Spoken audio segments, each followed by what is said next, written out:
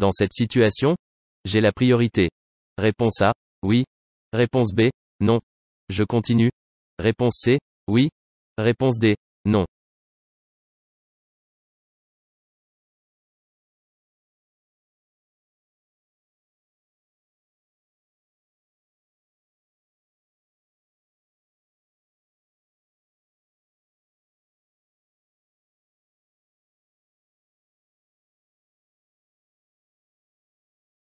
Je suis dans une situation délicate. Le véhicule de droite arrive vite vers la chaussée. De par la présence du petit trottoir, le véhicule n'est pas prioritaire. Je continue en plaçant mon pied au-dessus du frein et en surveillant mon rétroviseur intérieur. Réponse A et C. Les piétons tués sur la route représentent environ. Réponse A, 10% des tués. Réponse B, 15% des tués. Réponse C, 20% des tués.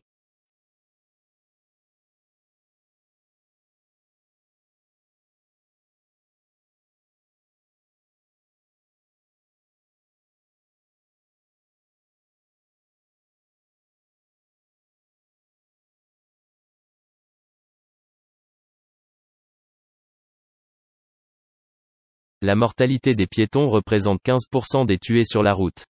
Les enfants ainsi que les personnes âgées sont les plus vulnérables et les plus touchés. Ces usagers vulnérables sont tués principalement par un véhicule de tourisme en agglomération. Il faut rester vigilant. Réponse B.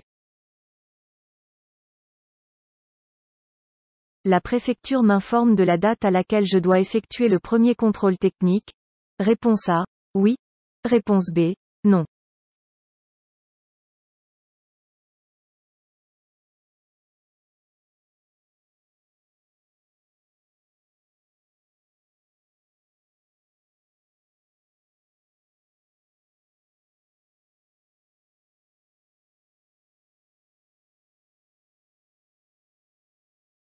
En cas d'achat d'une voiture neuve, le contrôle technique se fera au moins 6 mois avant son 4e anniversaire. En moyenne, la révision d'une voiture se fait tous les 2 ans. Pensez à suivre ce qui est préconisé par le constructeur dans le carnet d'entretien du véhicule. Pour connaître la date d'anniversaire de la voiture, il suffit de regarder sur le certificat d'immatriculation. Ce n'est pas la préfecture qui vous informe de la date. Réponse B. Un passager non attaché installé à l'arrière du véhicule constitue un danger. Pour les autres passagers dans le véhicule, réponse A, oui. Réponse B, non. Pour lui-même. Réponse C, oui. Réponse D, non.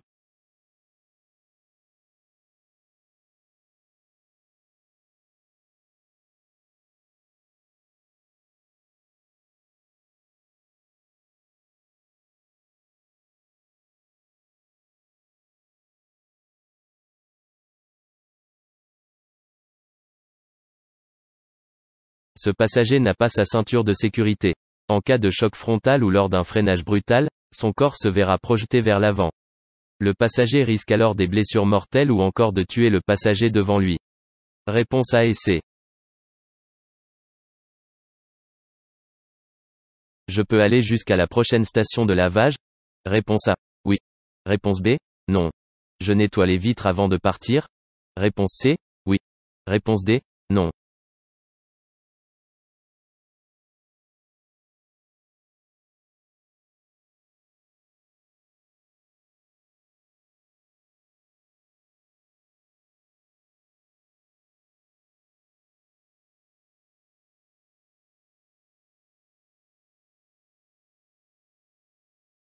Les vitres doivent être propres et bien transparentes. Le fait d'avoir des vitres sales est un facteur d'accident dû au manque de visibilité.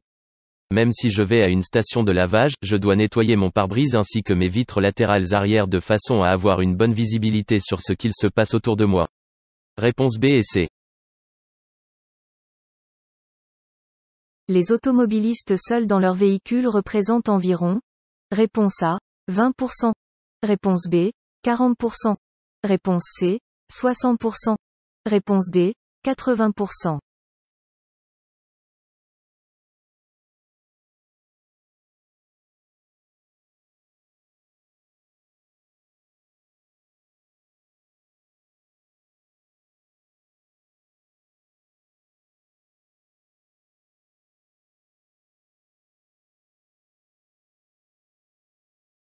Malgré ce que l'on pourrait penser, la voiture est très peu utilisée par les familles, par des groupes ou par les parents avec leurs enfants. Une voiture transporte le plus souvent une personne seule. Quel gâchis d'énergie. Sur l'ensemble des automobilistes, 80% sont seuls dans leur véhicule. Le covoiturage et l'autopartage sont des solutions adaptées à certains types de trajets pour les automobilistes seuls. Réponse D.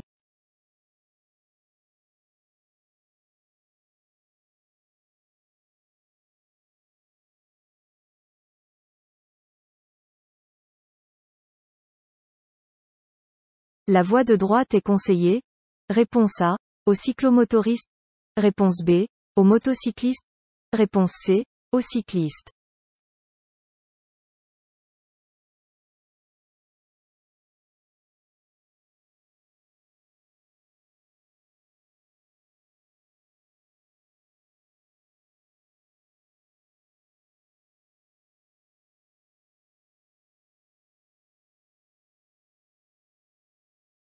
La voie de droite est une voie conseillée uniquement aux cyclistes.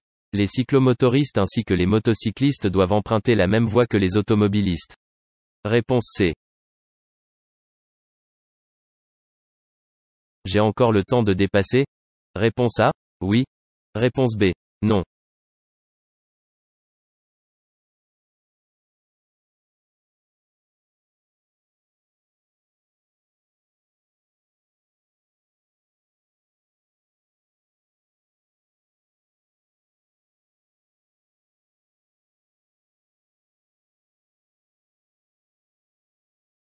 Les flèches de rabattement m'indiquent que je vais rencontrer une ligne continue.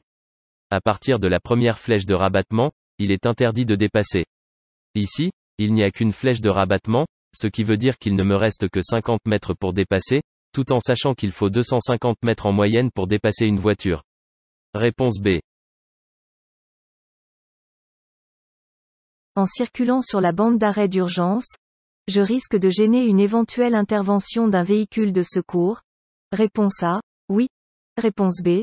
Non.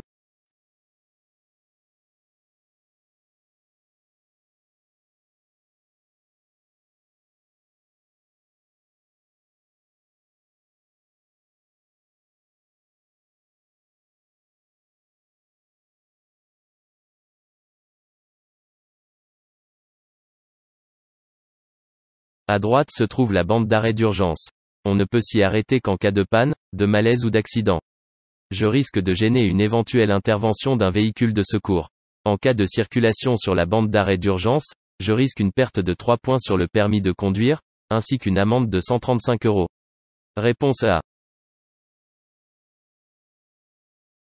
Ma voiture est neuve. Mon premier contrôle technique aura lieu dans les 6 mois précédents. Réponse A. La première année. Réponse B. La deuxième année. Réponse C. La troisième année. Réponse D. La quatrième année.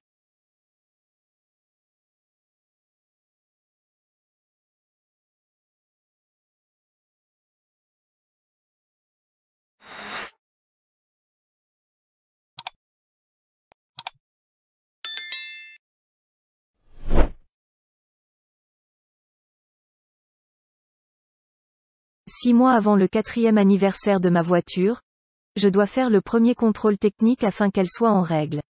À défaut de contrôle technique, je risque une amende. Réponse D.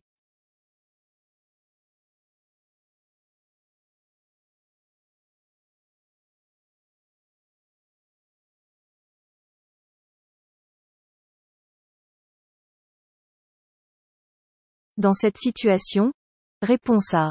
Je dois rester derrière le cycliste. Réponse B. Je dépasse le cycliste en roulant doucement dans l'herbe. Réponse C. Je peux klaxonner.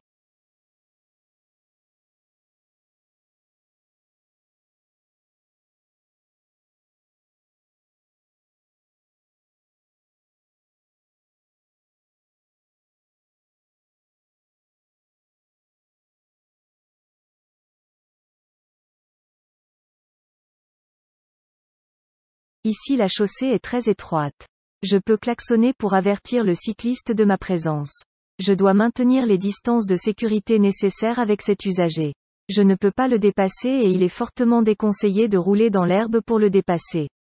En effet, Il pourrait y avoir un trou ou la présence d'une pierre sur le bas-côté, ce qui endommagerait mon véhicule. Je patiente derrière le cycliste en attendant d'avoir un moment plus propice pour le dépasser. Réponse A et C. Un conducteur diabétique sous insuline doit obligatoirement passer une visite médicale auprès de son médecin traitant. Réponse A, oui. Réponse B, non. Auprès d'un médecin agréé. Réponse C, oui. Réponse D, non.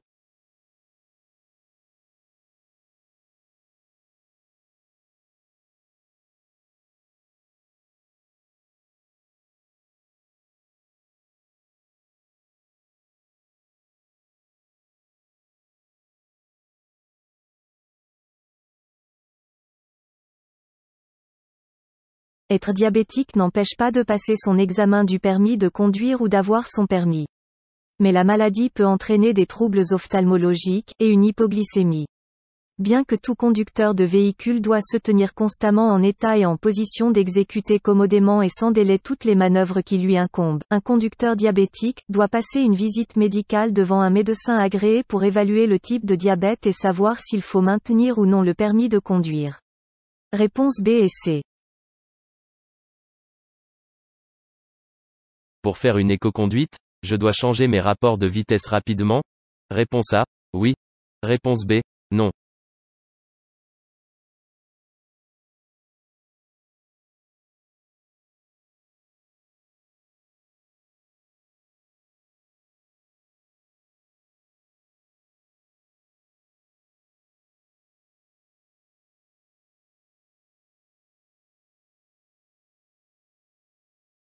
En règle générale, la consommation de carburant est tributaire et proportionnelle au régime moteur.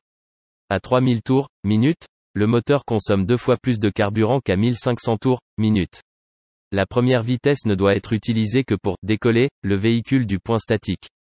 Les autres vitesses doivent alors s'enchaîner rapidement sans pour autant appuyer à fond sur l'accélérateur. Réponse A. Avant d'ouvrir ma portière, contrôler le rétroviseur extérieur suffit? Réponse A, oui. Réponse B, non.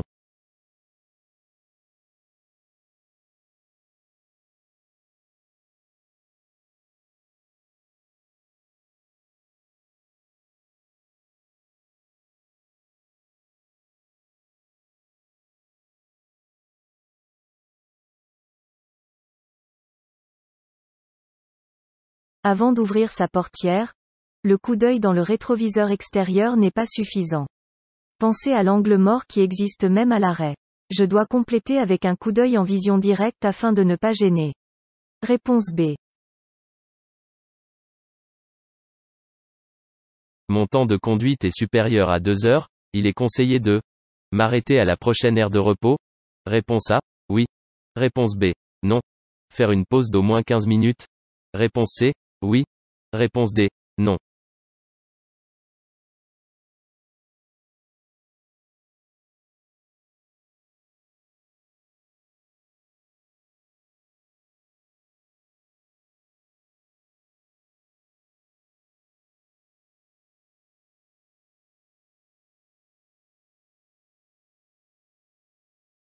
La conduite sur autoroute est une conduite soutenue.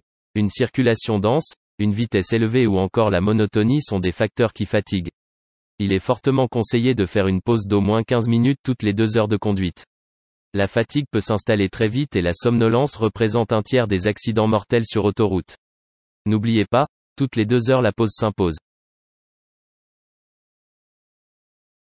Lorsqu'il pleut, l'aquaplaning peut être dû à une vitesse élevée? Réponse A, oui. Réponse B, non. À des pneus usés. Réponse C, oui. Réponse D, non.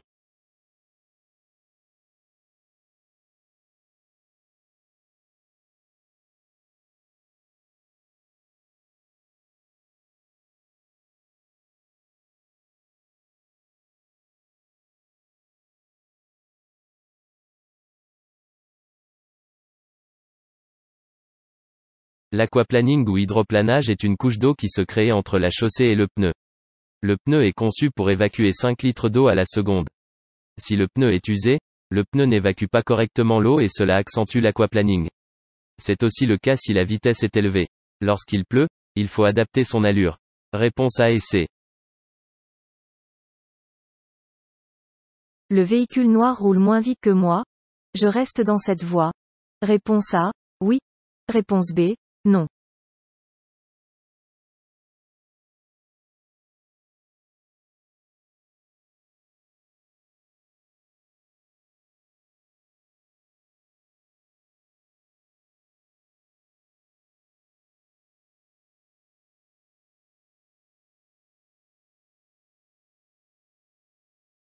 Le véhicule noir roule moins vite que moi. Si je me rabats, la distance de sécurité ne sera pas suffisante et je risque la collision. Je reste où je suis et je continue le dépassement. Réponse A. Ce qui perturbe le plus un conducteur est. Réponse A, le GPS. Réponse B, la musique. Réponse C, fumer. Réponse D, le téléphone.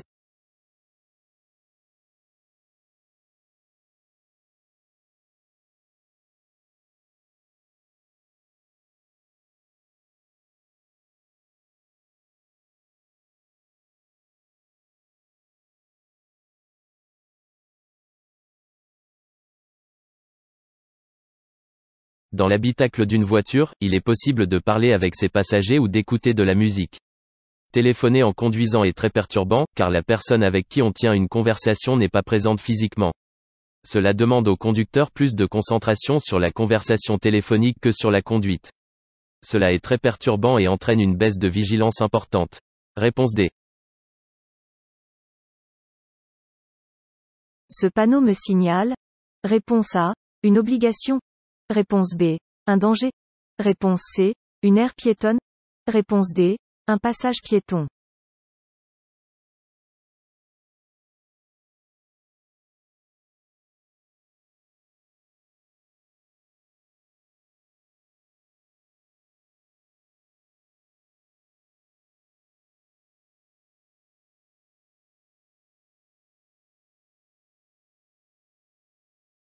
Ce panneau de forme triangulaire caractérise un panneau de danger. Il est implanté à 50 mètres en agglomération du danger et 150 mètres hors agglomération. Il signale bien un passage piéton. À l'approche de ce panneau, je ralentis et je reste vigilant. Si un piéton souhaite traverser, je dois m'arrêter. Réponse B et D. La ceinture de sécurité doit être positionnée au niveau de la clavicule. Réponse A, oui. Réponse B, non.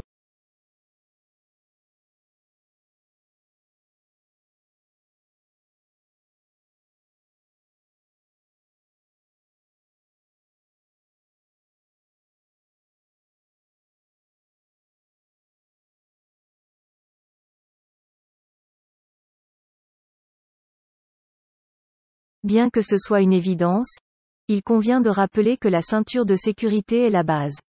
C'est la base et c'est obligatoire.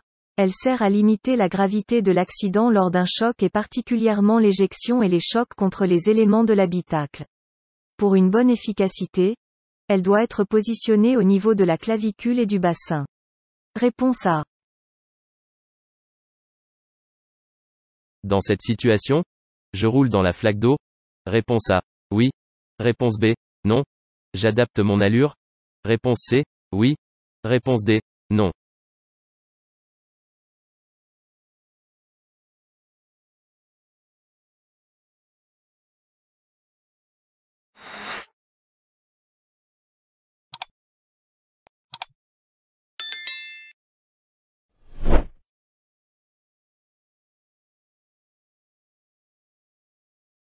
Une personne est en train de courir dos à moi, ce qui est dangereux, car il ne me voit pas.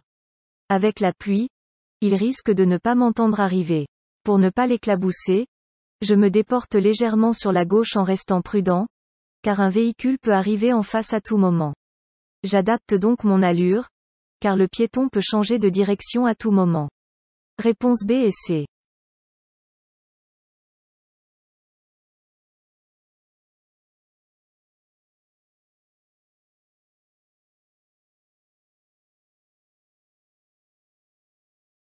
Je prends la prochaine sortie d'autoroute qui est proche. Je suis les véhicules dans la voie de droite. Réponse A, oui. Réponse B, non. Je reste dans cette voie. Réponse C, oui. Réponse D, non.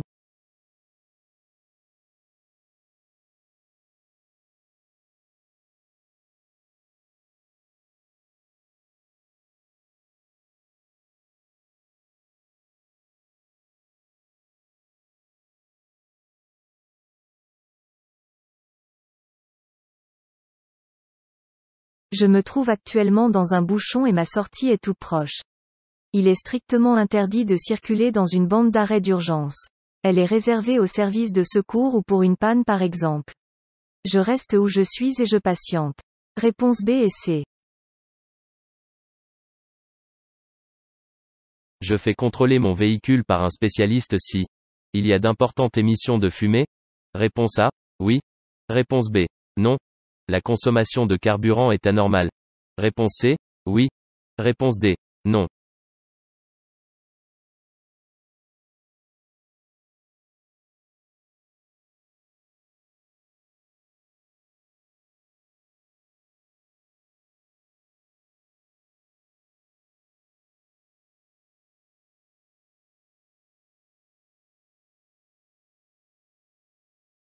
Si mon véhicule rejette des émissions de fumée importantes, c'est sans doute qu'il y a un problème. Si la consommation est anormale, c'est que mon véhicule consomme trop par rapport à d'habitude. Dans ces cas-ci, je fais contrôler mon véhicule par un professionnel. Réponse A et C. Si ma plaque d'immatriculation n'est pas conforme, je risque une amende. Réponse A, oui. Réponse B, non. L'immobilisation de mon véhicule. Réponse C, oui. Réponse D, non.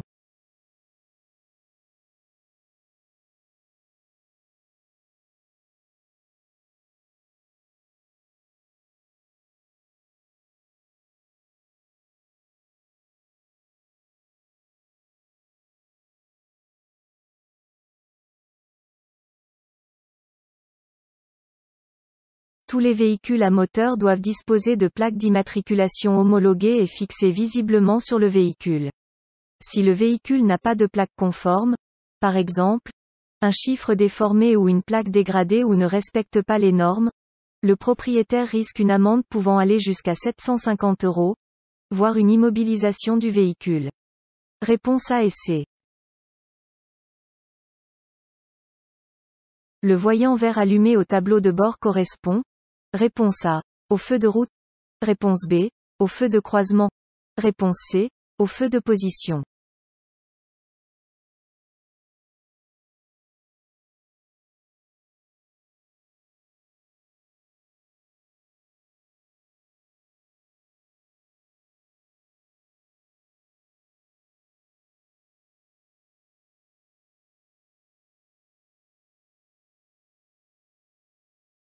Ce voyant vert correspond au feu de position.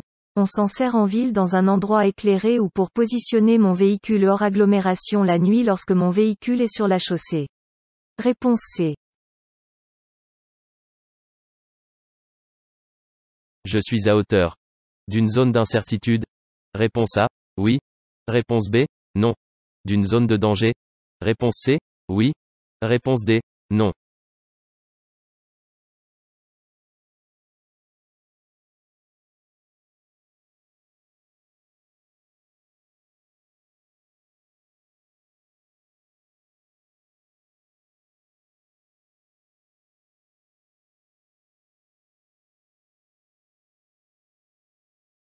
J'arrive à hauteur d'un passage piéton. Il faut imaginer que le cycliste peut faire un écart à tout moment. J'aperçois, à gauche, une personne qui traverse. Je suis alors dans une zone d'incertitude. À droite, une camionnette stationnée masque la visibilité du passage piéton et est stationnée sur une bande cyclable. Je suis donc en présence d'une zone de danger. Un piéton pourrait surgir de derrière la camionnette. Je place mon pied au-dessus du frein. Réponse A et C. Le réglage automatique des feux est disponible sur tous les véhicules. Réponse A, oui. Réponse B, non.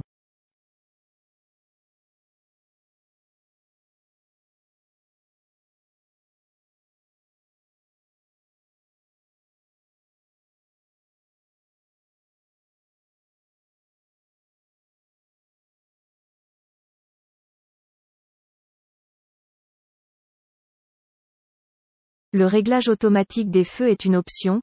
Il n'est donc pas disponible sur tous les véhicules. Il permet d'allumer automatiquement les feux en fonction de la situation, de l'éclairage ou du temps. Réponse B. Cette commande permet de régler. Réponse A. La hauteur des feux. Réponse B. Le rétroviseur intérieur. Réponse C. Les rétroviseurs extérieurs.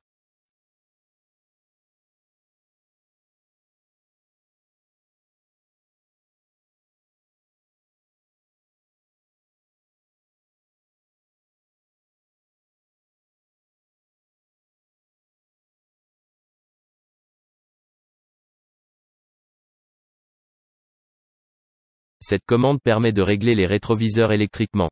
Un bon réglage des rétroviseurs permet de diminuer les angles morts. Réponse C.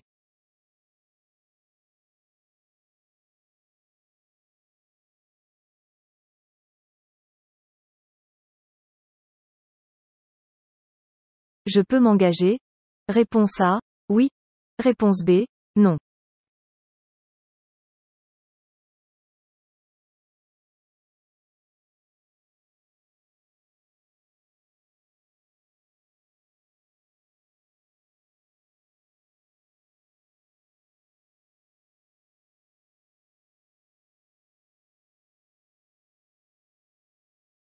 Avant de m'engager dans un giratoire, je dois m'assurer de le faire en toute sécurité. Ici, un véhicule s'engage et n'a aucun clignotant. Je ne m'engage pas. Réponse B. La distance de sécurité est suffisante? Réponse A. Oui. Réponse B. Non.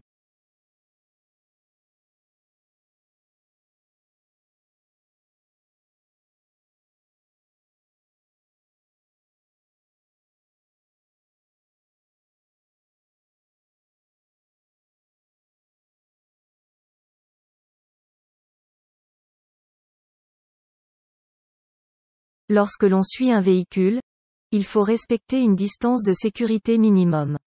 Celle-ci correspond, en règle générale, à une distance parcourue d'au moins 2 secondes quelle que soit la vitesse à laquelle je circule. Mais il en est autrement dans les tunnels. Cette distance de sécurité correspond au fait de laisser 2 diodes bleues entre le véhicule qui me précède et mon véhicule. Dans cette situation, je dois augmenter ma distance de sécurité. Réponse B. Dans cette situation, j'ai l'obligation de céder le passage. Réponse A. Oui. Réponse B. Non. Je dois changer de voie. Réponse C. Oui. Réponse D. Non.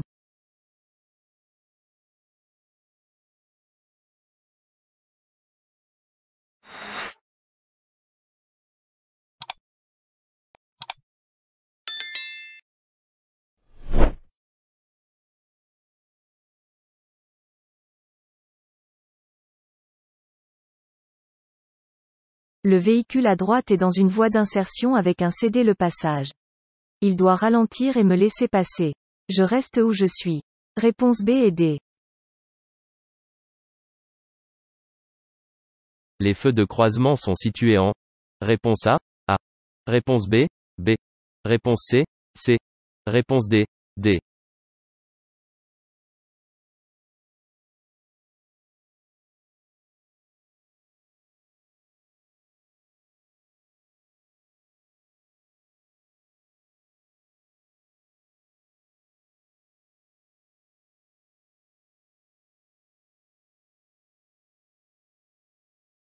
Les feux de croisement sont indiqués par un voyant de couleur verte. Il se situe en B. Le voyant est facile à reconnaître car les faisceaux sont situés vers le bas. On les utilise pour croiser un véhicule. Réponse B. Le voyant indiquant l'allumage des feux de croisement se situe en position. Réponse A. A. Réponse B. B. Réponse C. C. Réponse D. D.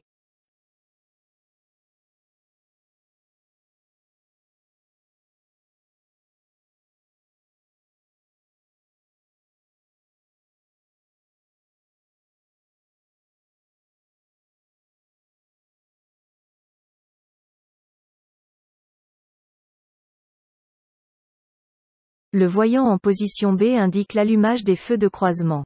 Le voyant est facile à reconnaître car les faisceaux sont situés vers le bas. On les utilise pour croiser un véhicule. Réponse B. Dans une file de voitures, lorsque la vitesse augmente, la distance de sécurité doit être. Réponse A, diminuée. Réponse B, la même. Réponse C, augmentée.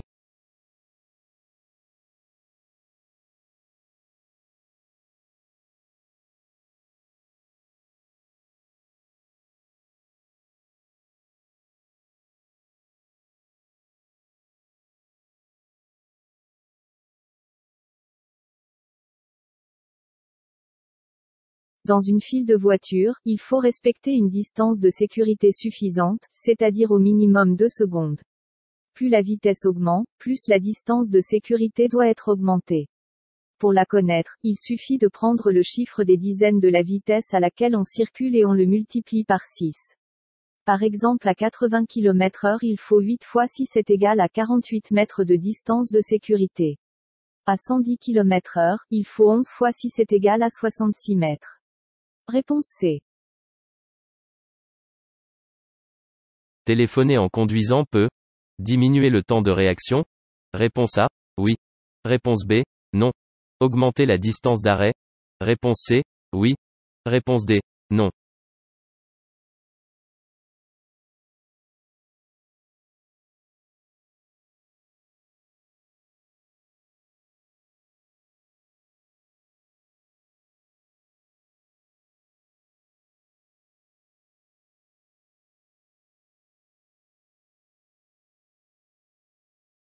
L'usage du téléphone en conduisant est strictement interdit.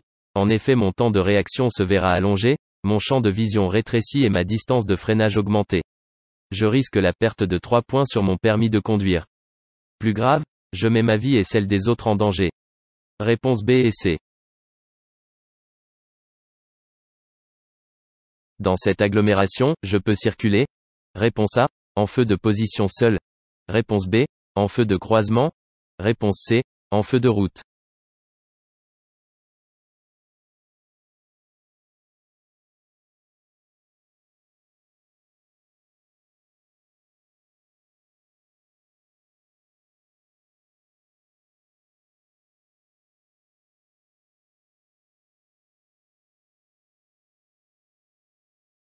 Je circule en agglomération et l'éclairage public permet de voir sur une distance suffisante. Je peux circuler en feu de position seul ou avec les feux de croisement. Les feux de route s'utilisent uniquement dans les endroits dépourvus d'éclairage. Réponse A et B. Avant de m'éloigner de mon véhicule, je vérifie de n'avoir rien laissé de valeur visible dans la voiture. Réponse A, oui. Réponse B, non. Que les feux soient éteints. Réponse C, oui. Réponse D, non.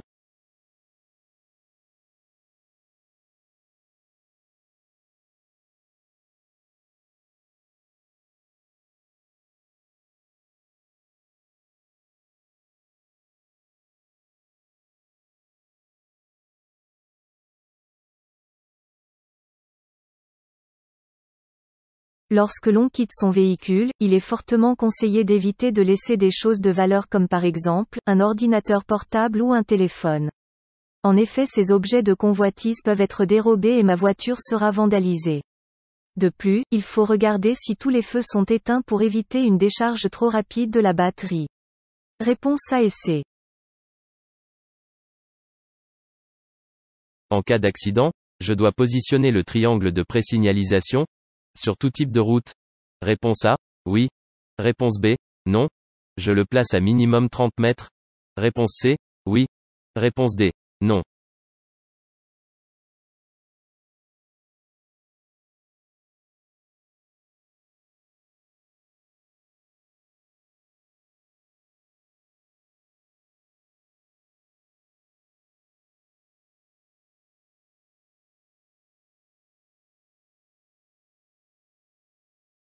Le triangle de présignalisation et le gilet jaune sont obligatoires dans un véhicule. Lors d'une panne ou d'un accident, il faut placer le triangle à au moins 30 mètres du véhicule arrêté. L'obligation de mise en place du triangle ne s'applique pas lorsque cette action constitue une mise en danger. Sur autoroute ou voie rapide, Je ne place pas de triangle. Réponse B et C. Le marquage sur la chaussée autorise le dépassement de ce cycliste? Réponse A, oui. Réponse B, non.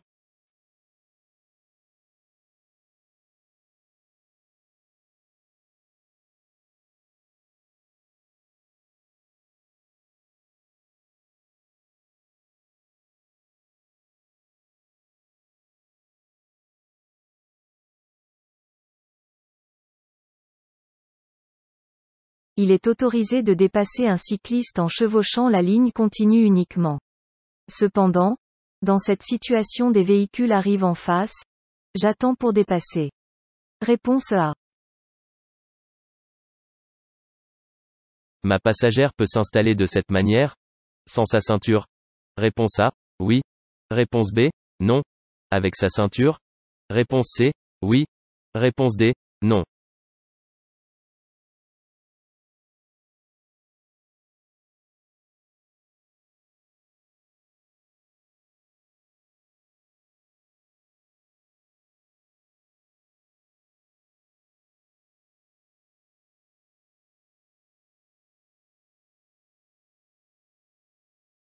Le fait que ma passagère s'installe dans cette position est très dangereux. En effet, en cas de choc, les pieds de ma passagère peuvent traverser le pare-brise. Il pourrait également, en cas de déclenchement de l'airbag, lui revenir sur le thorax. Elle ne peut donc pas voyager dans cette position. Il est plus sage de garder les pieds au sol tout en restant attachés. Réponse B et D.